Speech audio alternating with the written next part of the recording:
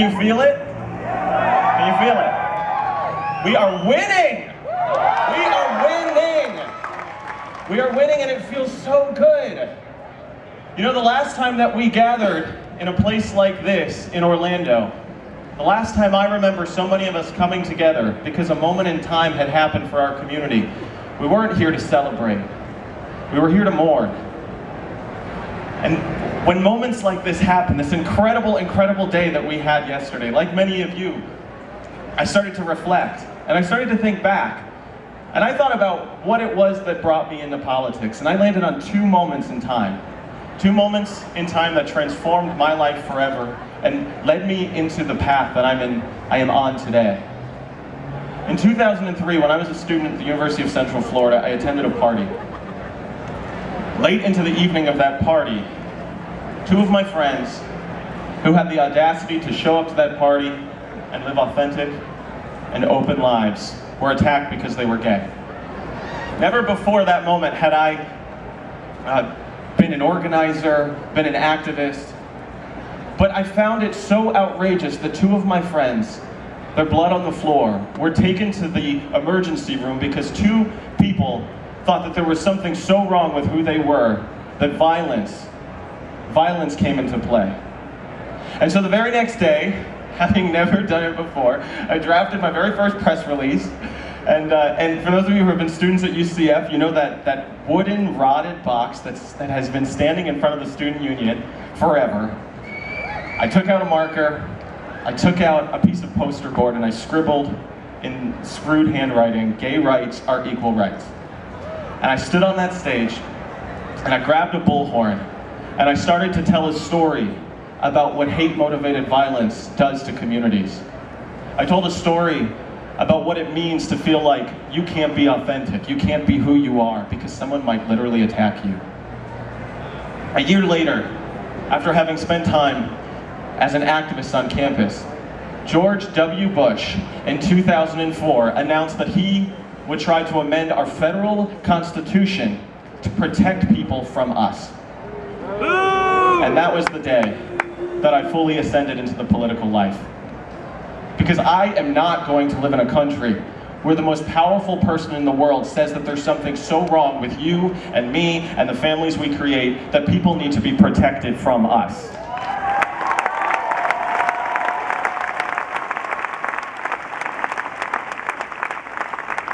Do you all remember 2004?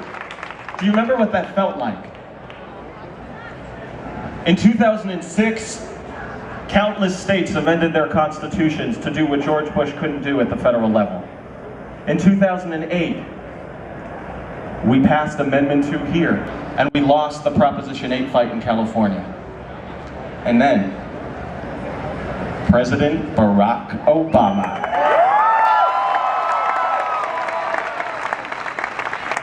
Here we are just a few years later, the most powerful man in the most powerful country in the world is committing himself, doubling down to make sure that your family and mine is always protected. For the first time in the history of the country, a majority of United States senators are fighting with us in the trenches. Across the state of Florida, local communities, city councils, county commissions are stepping up to do everything they possibly can do to ensure that we are fully embraced, that we are fully recognized, that every contribution that we make is acknowledged as something that matters. And in 2012, because of the contributions of so many people here, because of those of you who are willing to join me in the trenches, we finally broke through in Tallahassee. Finally, your family is represented. After 15 years, every single year, a piece of policy being introduced that seeks to dehumanize your experience, to demoralize you, to make you and your families invisible. Finally, we are there. You know, there's a saying in politics, if you don't have a seat at the table, you are probably on the menu. And that is true in Tallahassee. So my commitment to you in 2013, the year when we finally broke through, is to serve in a way that is rabidly authentic. To in every moment when it matters, tell the truth about you, to tell the truth about me, to tell the truth about the experiences and our lives and what we face every single day, because this state has not taken a single step to recognize that we exist. I'll fight for you, but I can't fight alone. Because the contrast that now exists in a post-DOMA world, in a post-Prop 8 world, the chasm that exists between the states that recognize us and celebrate us and states like Florida is so much more wide. It is so much more wide. And until we can find the wherewithal and the strength to change Florida forever, to become the first state in the South to pass a fully inclusive non-discrimination policy at the state level, to become the first state in the South to recognize, with all of the rights and responsibilities of marriage, our families, we will always be behind. So don't fall into the trap that so many of you will feel.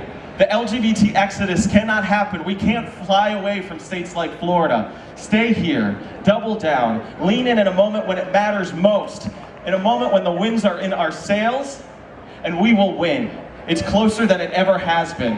And if we all dig in, we can do it, we can win, we can change Florida forever. Thank you. Representative Joe Saunders.